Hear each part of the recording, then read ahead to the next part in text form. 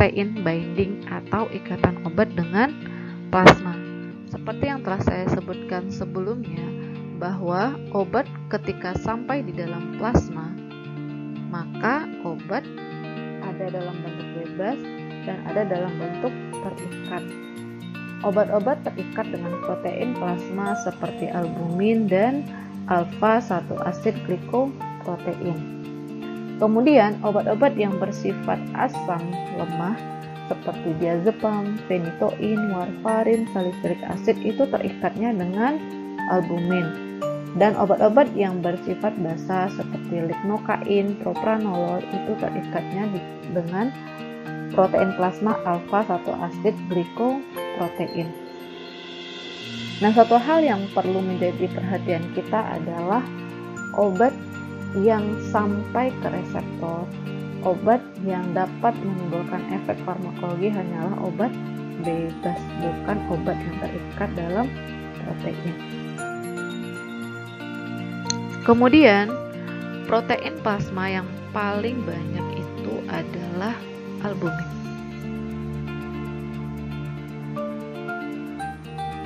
Albumin itu sampai 35 sampai 50 normal range of concentration. Kemudian diikuti oleh alfa-1 asid glikoprotein 0,4 sampai 1 gram per liter cairan plasma. Kemudian lipoprotein itu beragam. Kemudian dapat diperhatikan bahwa pada gambar ini adalah yang mengilustrasikan cairan plasma. Kemudian ini adalah ekstrasel. Cairan plasma cairan di dalam tubuh itu dapat dibagi menjadi cairan ekstrasel dan cairan intrasel. Cairan ekstrasel kita bagi dua lagi, yaitu cairan plasma dan cairan intersisial atau di antara sel. Kemudian kalau cairan sel, ya cairan yang berada di dalam suatu sel atau jaringan. Di dalam plasma, berikut adalah partikel-partikel yang kecil. Ini adalah merupakan ilustrasi sebuah obat, dan lingkaran besar ini adalah albumin. Obat terikat dengan albumin dan ada obat yang bebas. Protein, obat, dan obat yang terikat dengan protein. Nah, selanjutnya, obat yang menimbulkan efek farmakoterapi adalah obat bebas yang tidak terikat dengan protein. Kita perhatikan ilustrasi gambar ini. Ini adalah plasma, kemudian ini adalah cairan intersisial, kemudian ini adalah jaringan atau sel. Jadi kalau bisa Anda bayangkan, ini adalah plasma, kemudian dari plasma menuju jaringan itu tidak ada namanya ruangan intersisial. Ketika obat di dalam plasma itu secara reversibel, reaksinya terjadi reversibel, yaitu bolak-balik, di mana ada obat yang dalam bentuk terikat dan ada obat yang dalam bentuk bebas. Nah, ini posisi reaksinya itu seimbang. Kemudian ketika obat bebas masuk ke intersisial, maka kadar obat bebas di sini berkurang, dan nanti reaksi akan bergeser lagi dari yang bentuk terikat akan berubah lagi dalam bentuk bebas. Kemudian yang bebas akan masuk lagi ke intersisial. Nanti dari intersisial yang obat bebas tersebut juga akan sampai ke jaringan. Di jaringan ini atau di dalam sel dia akan ketemu dengan reseptor dan kemudian bisa menimbulkan efek.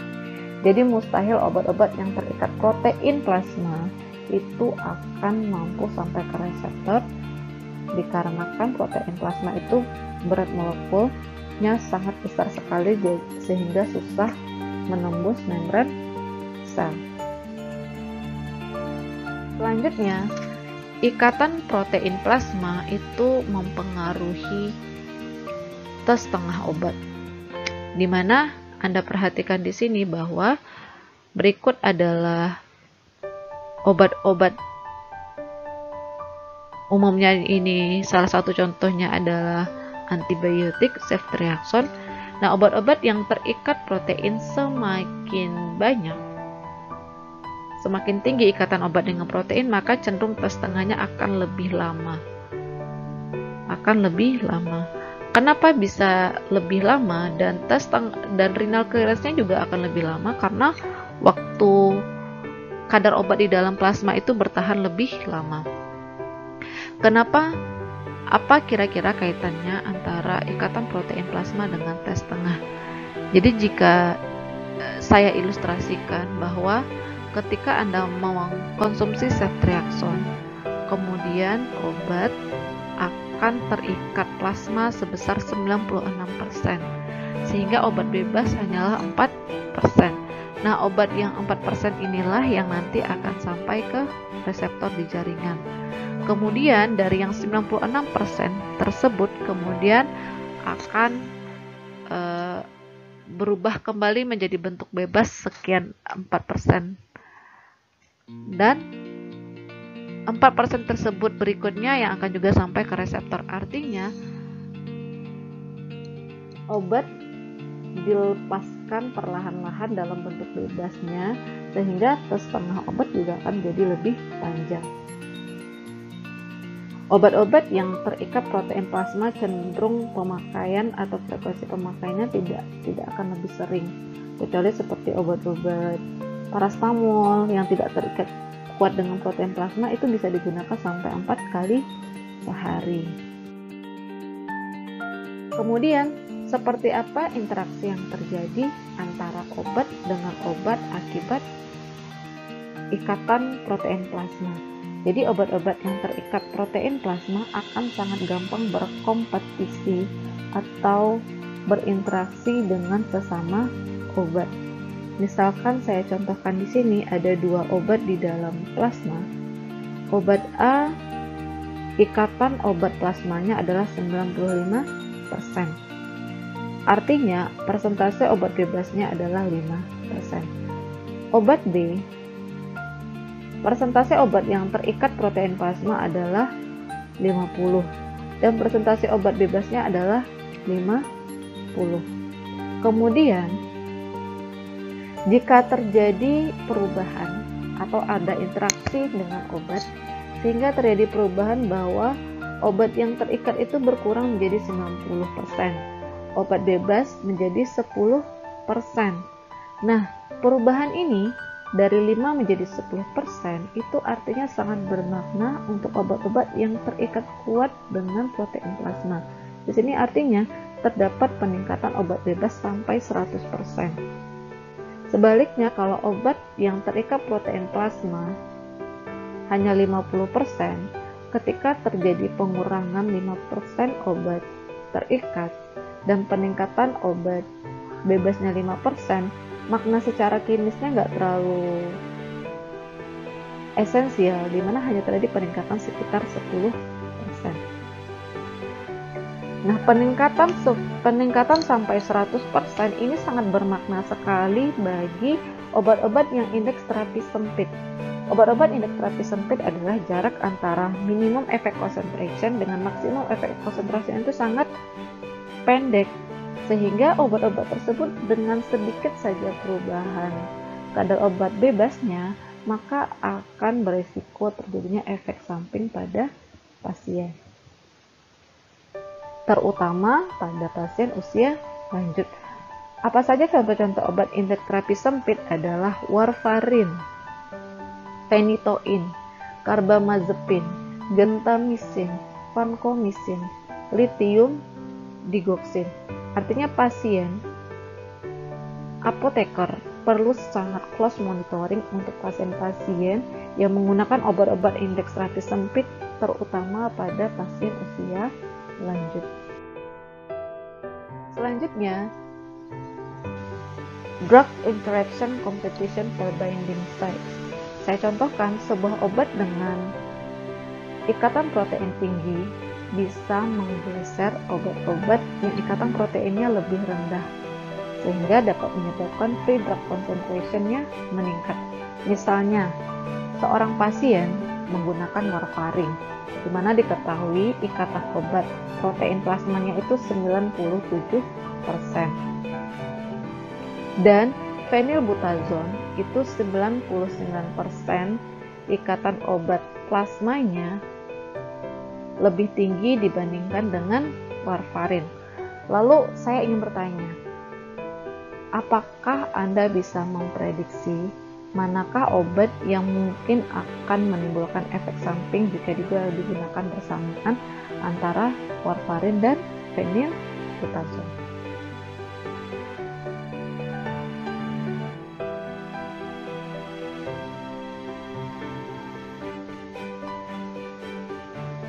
Oke, selanjutnya albumin dan serum. Albumin sangat dipengaruhi oleh usia. Salah satunya dipengaruhi oleh usia, di mana di sini usia akan mempengaruhi kadar albumin dan cenderung pada pasien usia lanjut albuminnya berkurang, sehingga kadar-kadar obat bebas di dalam plasma juga akan menjadi lebih meningkat. Obat di dalam plasma terkait dengan protein plasma umumnya adalah albumin. Pada lansia, kadar albumin menurun sehingga fraksi obat bebas meningkat. Resiko toksisitas tinggi jika tidak disesuaikan dengan dosis yang diberikan. Nah, ini memang sangat perlu diperhatikan untuk obat-obat dengan indeks terapi sempit. Kemudian hal-hal yang perlu diperhatikan. Hal lainnya terkait dengan pengobatan usia lanjut adalah terkait dengan kepatuhan. Ternyata 60% pasien usia lanjut tidak mengkonsumsi obat sesuai dengan yang diresepkan. Bisa dikarenakan pasien lupa atau memang pasien mengalami gangguan pada daya ingat. Kemudian yang kedua, karena susah menelan. Dan yang ketiga, sering terjadinya efek samping obat, masalah dalam pendengaran dan masalah dalam penglihatan, sehingga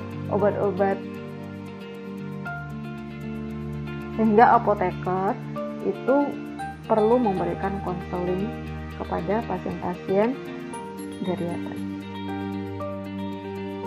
Selanjutnya, drug clearance. Drug clearance itu bisa melalui ginjal atau juga bisa melalui hati.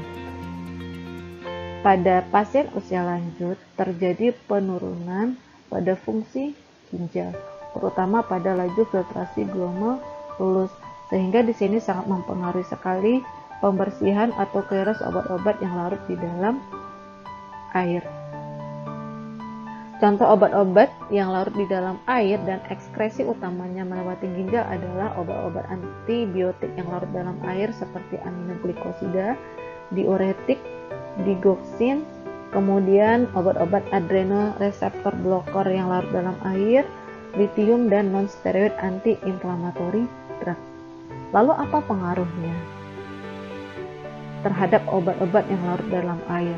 Maka obat-obat ini akan lebih lama diekskresikan oleh ginjal sehingga kadar obat di dalam plasma lebih banyak. Dan jika dosis obat tetap diberikan dalam dosis yang sama pada pasien usia muda atau pasien yang tidak mengalami gangguan fungsi ginjal, maka kadar obat akan bisa mencapai minimum toxic concentration atau bisa terjadi efek samping. Hal ini menjadi sangat perlu diperhatikan, terutama obat-obat indeks terapi sempit seperti digoxin, aminoglikosida, dan litium. Kemudian untuk eliminasi obat-obat yang lebih larut lemak, yaitu yang terjadi di hepar, menurut Mangoni A.A. et al. 2004 dan O'Malley pada tahun 1997 menyebutkan bahwa terdapat penurunan clearance obat-obat yang diekskresikan melalui hepar, sehingga menjadi perhatian bagi kita seorang apoteker bahwa obat-obat clearance-nya pada pasien usia lanjut itu berkurang, sehingga kadar obat di dalam plasma akan cenderung lebih tinggi jika dosis obat tidak disesuaikan. Berikut adalah referensi yang digunakan untuk video kali ini. Saya ucapkan terima kasih atas perhatiannya. Sampai jumpa lagi di video-video berikutnya. Wassalamualaikum warahmatullahi wabarakatuh.